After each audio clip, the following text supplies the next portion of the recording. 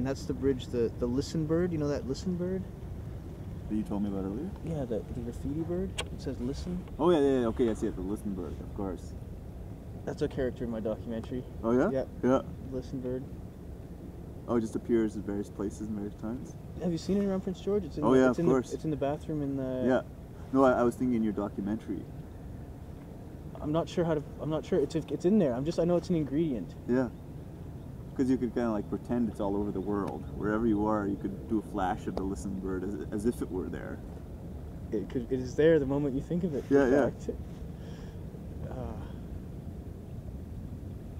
The listen bird, yeah.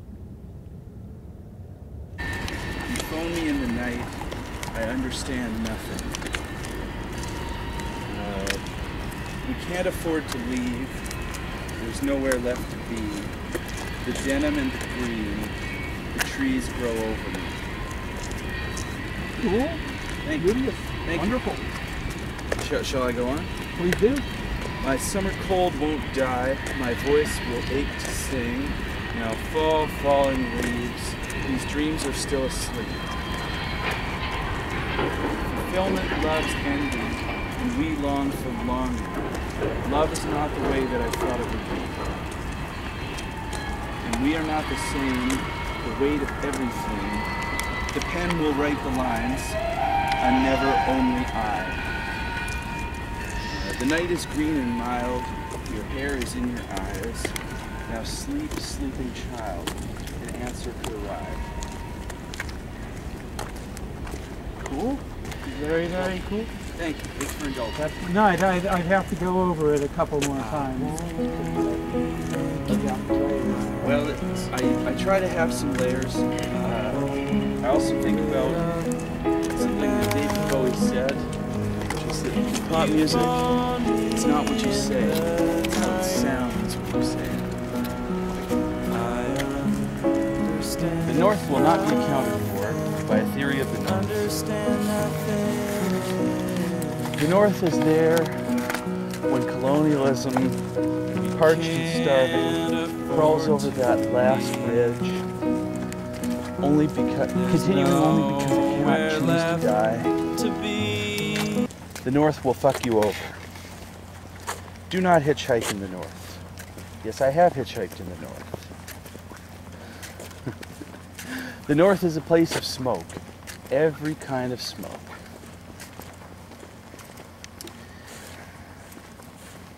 Drinking that church coffee out of those styrofoam cups really early in the morning. The North is sometimes a Walmart experience.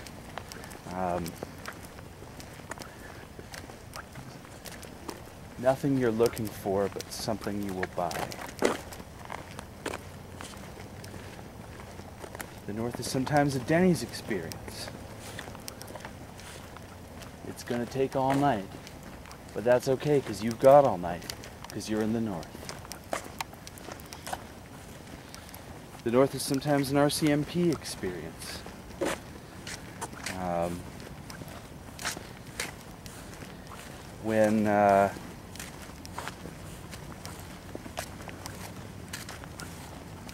When the inquest is complete, they will find that the RCMP member, who is completely unharmed, had removed the tapes from the video cameras while you yourself are dead.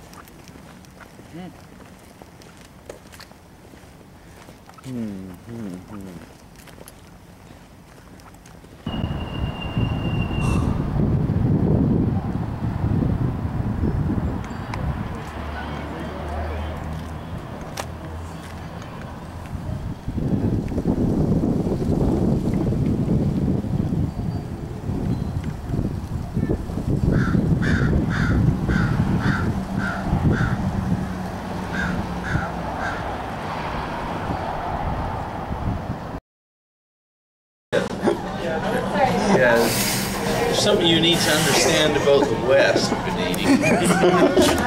First of all, it's not like the East. Yeah, that's right. Where's Bidini from? Is he from the East? Oh yeah, he's a hardcore Torontonian. Okay. Yeah, he represents the intrusion of Eastern Canadian culture into our precious bodily fluids. Okay.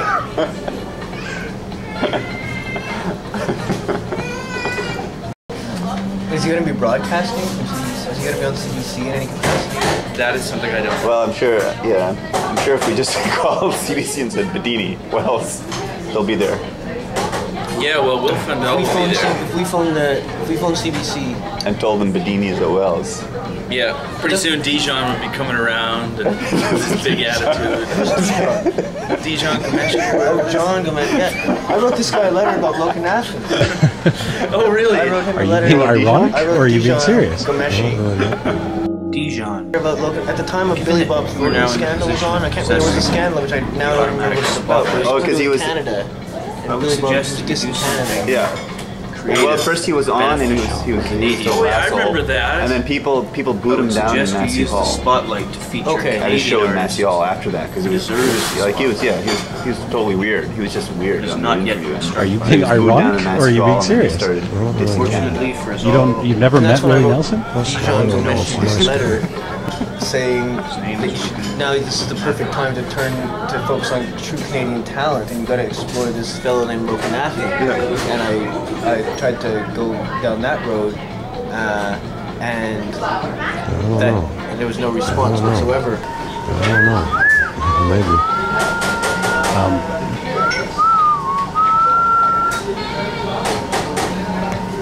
The unaccountable sorrows between truth and invention, all the fish in the ocean could not tell them. Should each one choose a word, they would never stay still long enough for any static meaning.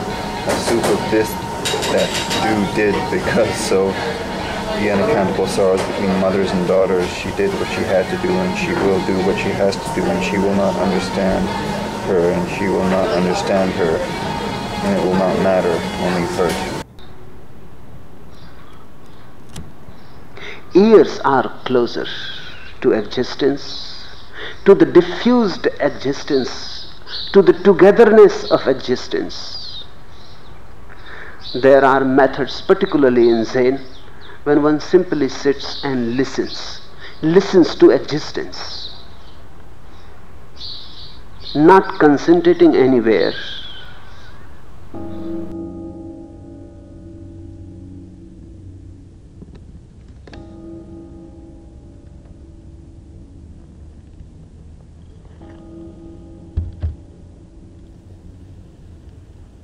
I walked out in the parking lot alone and put the camera down. What could I hope to capture? Life is miracle. Lokanathan. How could I insult it by aiming my camera at anything? I wonder if this is a thing the Elders of Zion have in common. Life is miracle. That we take perverse risks that are without content, the results of which are not obvious. The results of the perverse risks? Yeah, that success or failure would have no obvious consequence. It's the perverse risk itself? Well, like, for example, like for me, a perverse risk might be, like for you, it might be the Zoomer, right? Here we go, we're standing here at Robson Square. We've got some kind of celebrity here. I don't know who she is. Michelle Kwan. Michelle Kwan? The figure skater. Yeah. Michelle Kwan.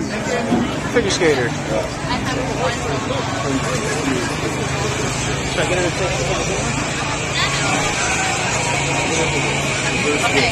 The Zoomer is proud to present Michelle Kwan, ladies and gentlemen. We've brought Michelle Kwan here on behalf of the Zoomer. We're very happy to have brought her here. That's right, like, I'm on a tightrope, but am is it really a risk if there's nothing to gain and nothing to lose? It's not obvious what there is to gain or lose. Oh, but it's still, there is something. I don't know. But you don't know what it is. Yeah, or if there is anything. Well, you take it as a risk. It's like, you know, you're on a tightrope and you're blindfolded. Beneath you is either 100 feet and then the ocean, or 2 inches and then the floor. Yeah, and you won't know until you do that backflip. I'd rather be there than not there.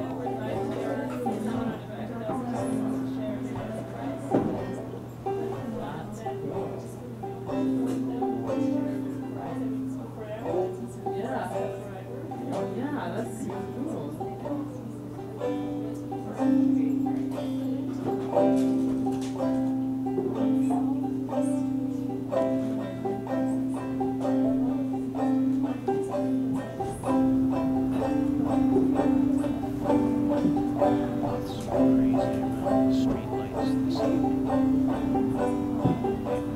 Like white galaxies.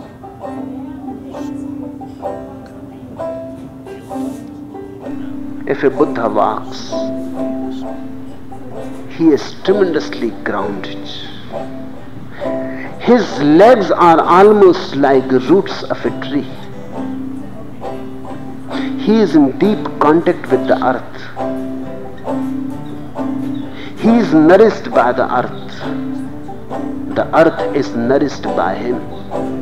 There is a continuous transfer of energy. Ordinarily, people are uprooted trees. They walk as if they are uprooted. They don't have roots in the earth. They are not grounded.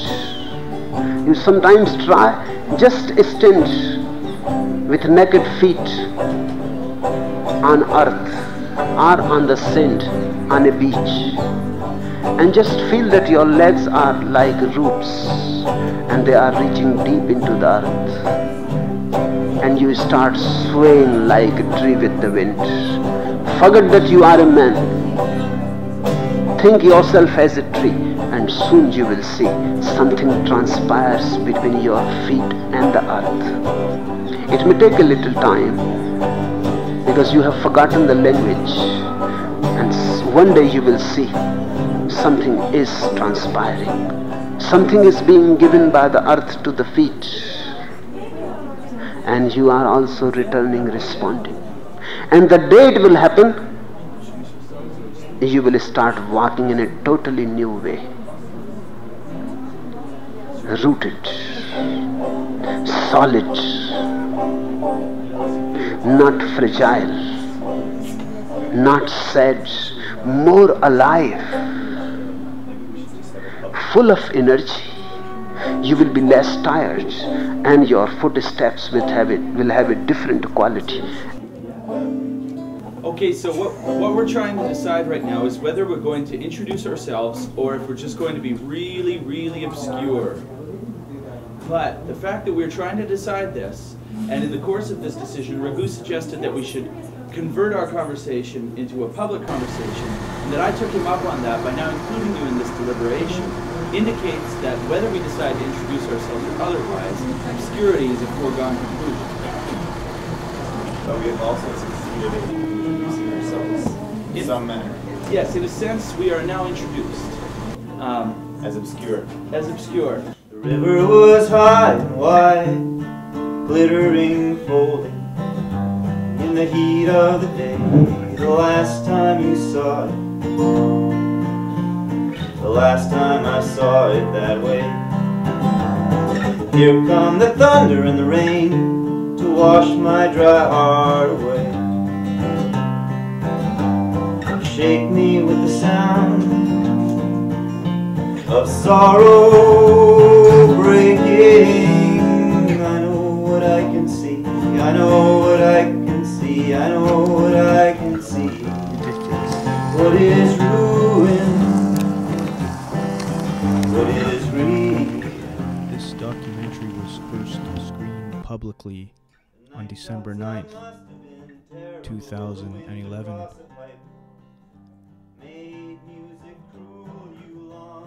Less than 1 week before this first public screening, the creator of the documentary had a very strange dream. He was walking down Bathurst Street in Toronto, Ontario, Canada, when he was overcome by a feeling of paranoia, or deja vu, or derangement. He began to feel uneasy. He began looking around to see what might be causing this derangement, and as he did, as he was walking, looking from left to right with a little bit more attention than normal perhaps, he saw something that made him stop where he was and